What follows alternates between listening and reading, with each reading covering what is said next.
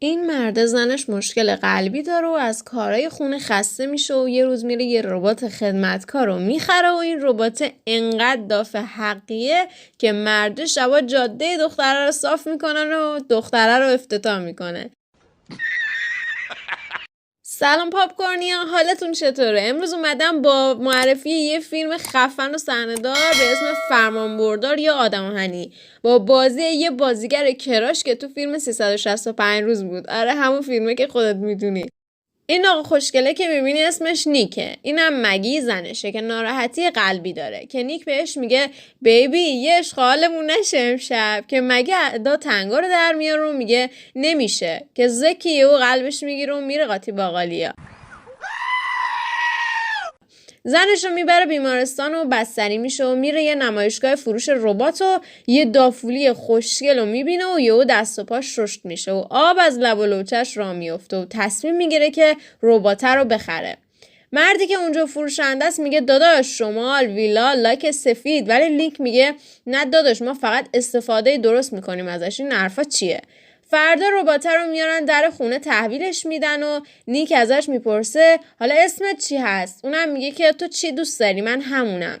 نیک هم میگه خب بالاخره باید یه اسمی داشته باشی و اسمشو میذارن آلیس. آلیس بهش میگه خب امروز برنامه چیه؟ و اونم میگه که جان بچه تا من میرم بچه ها رو میارم خونه رو تمیز کن. واقعا میاد.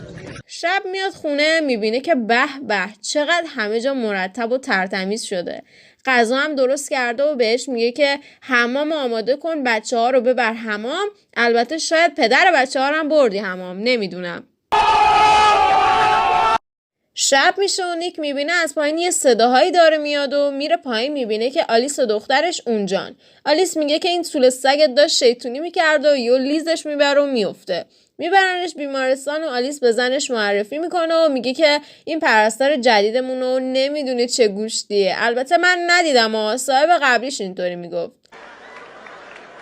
نیک فرداش میره سر کار و رئیسش بهش میگه همه کارگرا رو باید اخراج بکنین. اونم میگه که من سرکارگرم، اونا همه بیکار میشن. رئیسم میگه در تو بذار، همین که گفتم. نیکم میگه ببخشینا تو چیز منم نیستی.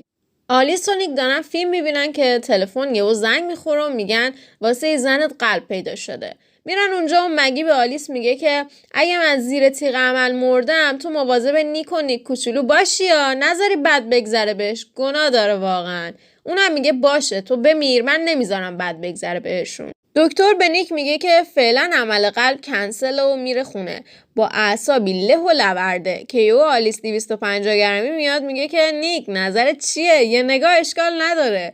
که نیک میگه نه بذار هر وقت زنم ملکوتی شد الان نمیشه این کارا رو بکنیم. فردا شبش نیک میره بار و یکی از کارگراش رو اونجا میبینه و مرده میگه میخوام برم رباتایی که جای ما آوردن و بزنم به ترکونمشون. که نیک میگه چه غلطا، بشین سر جات قوزمید. نیک میره خونه همون کنه که آلیس میاد و حوله براش میاره و بهش میگه یه ست پلیسی میپوشم تا صبح دزد و پلیس بازی کنیم، نظرت چیه؟ اونم میگه قول داده بودم بهت دیگه، نمیشه رو تو زمین انداخت، ماشاءالله بانوی با کمالاتی هم هستی. فردا میره سر کار و رئیس میگه یکی اومده همه ربات‌ها رو داغون کرده و زنش زنگ میزنه و میگه که قلب پیدا شده و بردار بیا بیمارستان. بعد چند روز مگی مرخص میشه و میاد خونه و یه شام مشتی و درست حسابی درست میکنه که بچه ها و شوهره حسابی خوششون میاد. آلیس از یه جایش بوی سوختنی میاد و میرن تو حیاط پشتی و یه شب رمانتیک رو با همدیگه سپری میکنن. آلیس هم حسودیش میشه و میگه من که همه چی تمومترم، فول آپشنم، چرا من نه؟ مگی و نیک در حال ساخت راز بقان که آلیس میاد تو و میگه طولتون بیدار شده، منم گردن نمیگیرم، خودتون برین ساکتش کنین. مگی میره هموم و آلیس میاد تو و میگه تو لیاقتشو نداری، من فول آپشنم، من صورتیم. مگی هم عصبانی میشه و میره که دخل نیکو بیاره و نیک میگه به جان بچم فقط یه بار بود. آلیس یهو جنا میگیرنش و از اینکه نیک سگ محلش کرده عصبانی میشه و بچه‌شون رو میبره تو حموم و درو میبنده و نیک درو میشکنه و ربات غیر فعال میکنن و خدمات پس از فروش میاد میبرنش تعمیر و ربات بیدار میشه و یه ربات بلوند دیگر رو هم ویروسی میکنه و میره سراغ نیکو میگه تو فقط مال منی و میرم زنتو میکشم. نیک هم میزنه غیر فعالش میکنه و میره سراغ زنش بیمارستان.